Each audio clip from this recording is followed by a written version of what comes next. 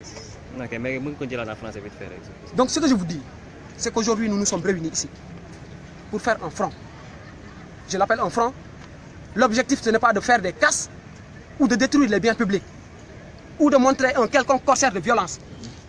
Ce qui nous a éclairé, c'est que des travaux de réhabilitation des amphis de la faculté de droit, on dirait aujourd'hui 15 mois, or que c'était prévu pour 8 mois, ce qui est inadmissible.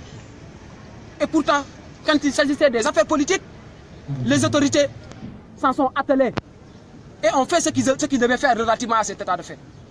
Aujourd'hui, il s'agit de questions pédagogiques. Il s'agit de l'élite du pays. Il s'agit de la crème intellectuelle. Et nous étudions dans un chapiteau, un abri provisoire, où il y a une chaleur infernale. Les camarades tombent en syncope tous les jours. Les camarades sont presque malades.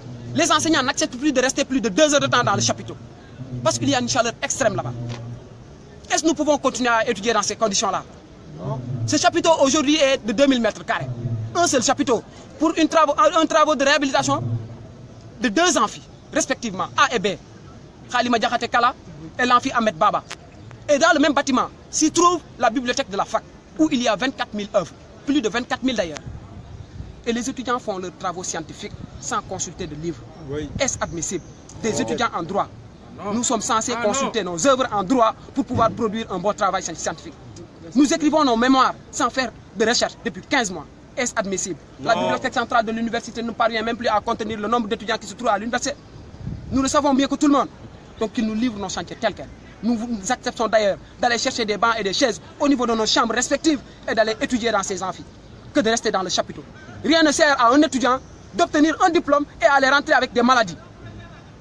Aujourd'hui, lorsqu'il s'est agi de faire la rationalisation des dépenses de l'enseignement supérieur, le ministre de l'enseignement supérieur l'a fait au prix même parfois, je dis, de sa dignité, parce qu'on a insulté, on a tout fait lorsqu'il s'est agi d'augmenter les droits d'inscription. Il n'a pas cédé.